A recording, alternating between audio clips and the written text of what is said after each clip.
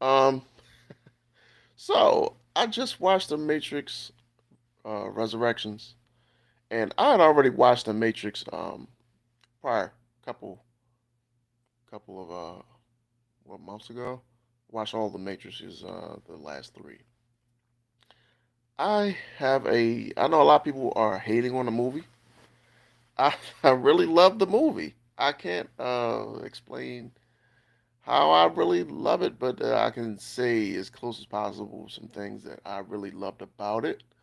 Um, I will say the number one thing why I know people hate the movie, and I agree with that, and it is the fight choreography. So the first Matrix had the best fight choreography, and even Matrix 2 was pretty amazing.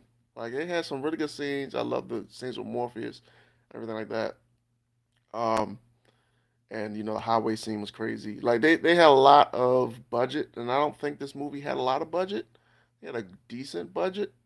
Um, so it really shows.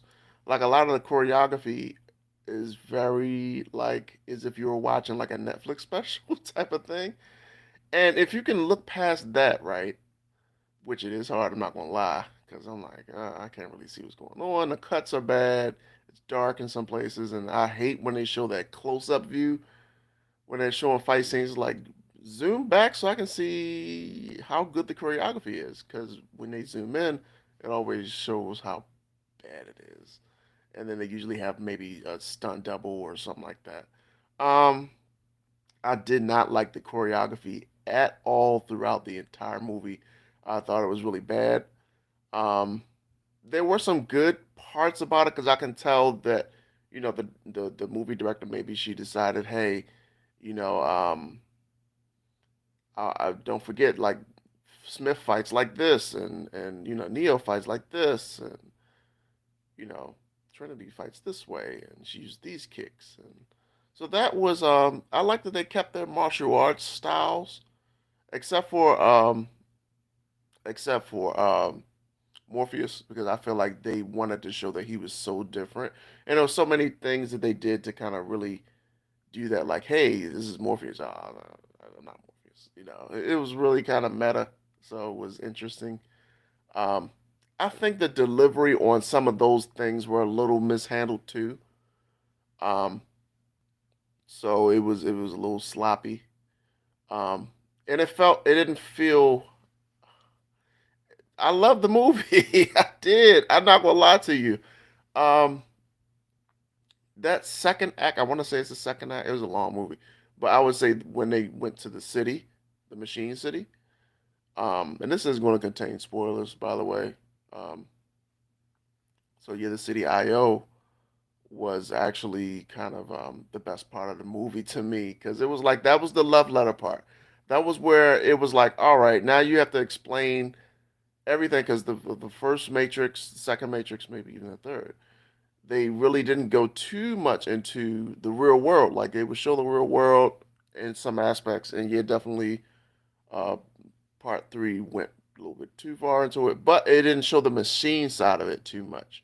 And this movie showed the most machine side of it, which was really cool. And the technology, and that there was actually a war going on between the two because basically after what Neo did, he kind of stirred some drama up between the machines. So I thought that was really cool because you usually kind of think the machines are just this unfeeling, heartless race of people when they actually are,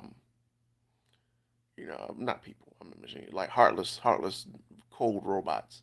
But they actually have a sentient AI that is like very kind of like smart, and they're like, hey, I kind of like people, and I like the way people think, and you know then they had the main villain kind of play off of that, where he was like, "Well, I want to remake everything," and I like the direction that they took it because most sequels will not really take it a future direction, but this laid a lot of foundation. When you watch The Force Awakens, there was not too much foundation made. It was more so, remember this, remember that, remember what you liked about this, you know, and you know that gets old. Yeah, of course you like to see some of the classic stuff, and it makes you feel good. But a lot of this movie kind of played on that. It was like, yeah, that's what you really want to see. You want to feel good. It's based off feelings, and it's true. I mean, when they showed the second act, it really made my heart jump up. I was like, oh man, look, you get to see what everybody's doing. You get to see, you know, people's kids grow up and stuff like that. And oh, Naomi's still around, and things like that, and find out what happened to Morpheus, which they weren't super clear what happened. I'm assuming he was a casualty of something, um, or he could have died of old age. They didn't really say. So they did leave it up in the air. They left a lot of things kind of up to what you would think may have happened, which sucks. But it still covered it. You know what I'm saying? So I know that sounds basic, but a lot of reboots don't cover too much into how do we get here? What are we doing?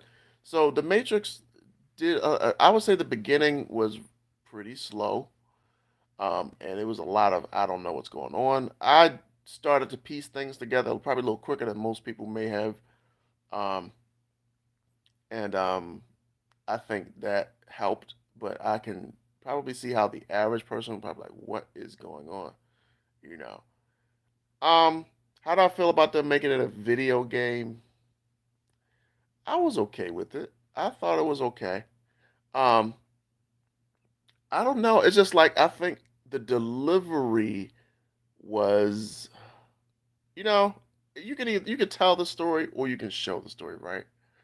I think they used a lot of symbolism they did show, but I think this showing it could have been a little better because sometimes when someone just tells you straight up, this is a video game and this is augmented reality and this is blah blah blah. This is what I'm saying. It's just like it can be a little kind of weak water, like not really strong, not really a strong way to present your what you're trying to say. I feel like you should allow people to come up to their own understanding of what's going on. Like, oh, okay, it's a video game. It's these people who are they did it to kind of like soften up their minds so they can't get out of the matrix, or just explain that part better because that part really was kind of like not really super clear the intentions of the new architect, um, the new guy, the new villain, um, and then the why, like more. I mean, he did kind of cover. He said, yeah, they output more power, and is everything like that. I don't know. I mean, I wish it could have went into more, of what the war was between the Civil War, and that hey, maybe they took like a deficit, from they the pods got destroyed, or I don't know, it's something, right? To really show that they needed to really kind of keep Neo and Trinity around, you know. So but I really liked that. I like that they showed, their powers in and out. I thought the zombie scene was really good, and it had really good tension at some points. Because I was like there she's just getting beat up, you know. I love that. I love that. It really does. It harks back to the original, and that why that tension was there, because you could actually die in the Matrix, and that always gives you some tension. Um, I liked it. I felt like the zombies in my Matrix. I'm cool with it. I really thought. I wish that they would have done it a little better choreography wise, and that goes back to the choreography. Look at 28 Days Later. You know what I'm saying? That it should have been like that. You know what I'm saying? Like certain things where it was like, all right, if you're gonna do it, you got to do it right, right? So what they should have did was what was missing from the old movie. Well, maybe I'm thinking about another movie. They should have had them loaded up with guns. You know what I'm saying? Loaded up. But then we have the magical guns in this movie, so that sucks. Um, I know gun purists are going to be counting bullets. Like, no, that's. But they should have just loaded up. They should have been like, we know that these guys are going to have these swarms. We got to be prepared because that was, what happened on the train. So you would think they would be fully loaded with guns. You know what I'm saying? You're going into this. It just they came unprepared. You know, the Merovingian felt like he wanted to have the spotlight. He went on a little bit too longer than I thought. Um, that was okay.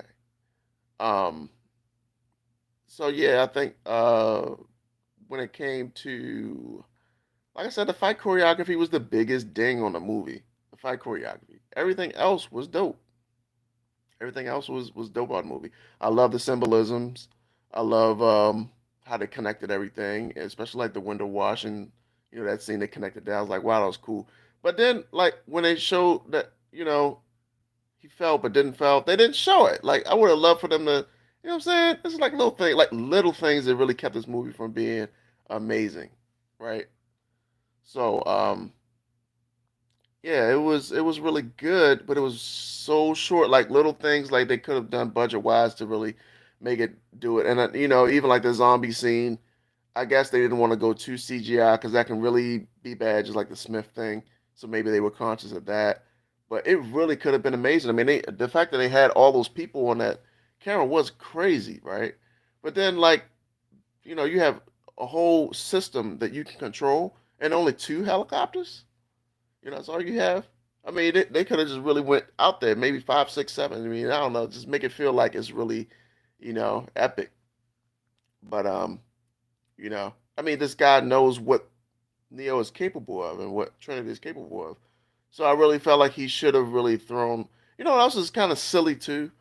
Like when Morpheus went into the pod and the two squid machines saw him go in. They didn't. It was like, oh, okay. I mean, you're going to he's going in there where the Neo and everything is. I mean, it's like, come on now. They should have like caused a red alert. But and then you're not having any kind of protection against the most two important pods in the whole machine city. It's just like little things like that. Like, yeah, I get what they were trying to do, but um this is a clean slate we're talking about. We're talking about um the fact that you can really make up anything that they can do to infiltrate the machine city because, new technology, new ways that we can go about it, things like that. You mean you can't tell me? I mean, the one little robot they had stealth.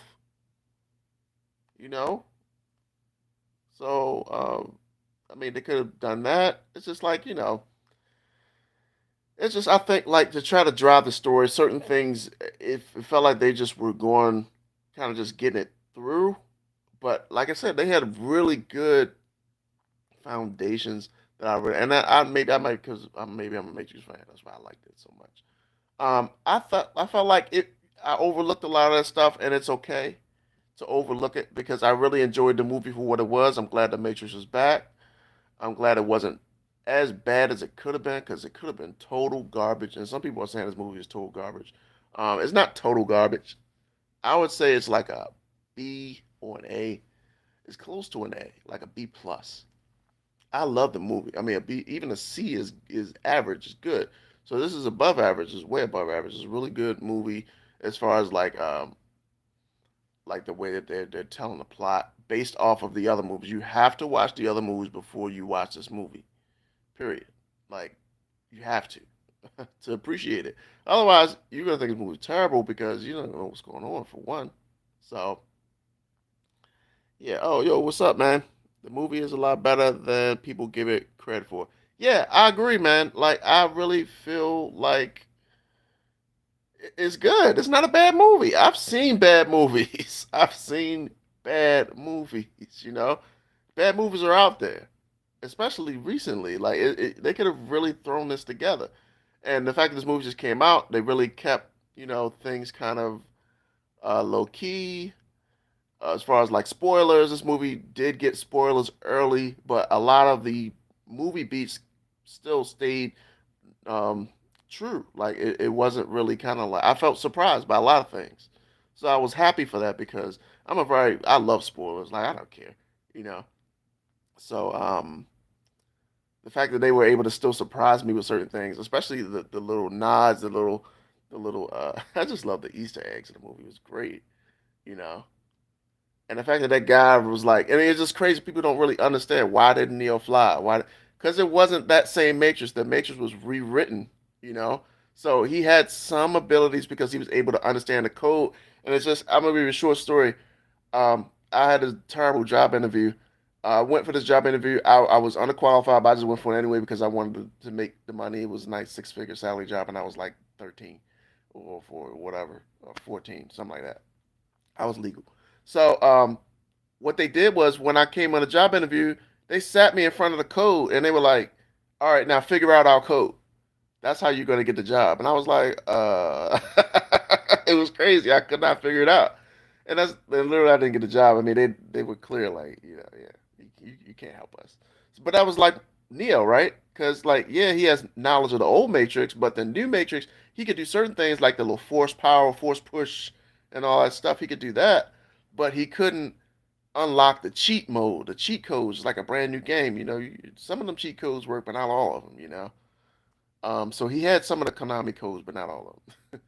So that was cool. I like that it took two of them because that was what really was the source was both of them to really unlock the full. Okay, now and then she shared the information with him, and that's why they can both fly now and everything in the end.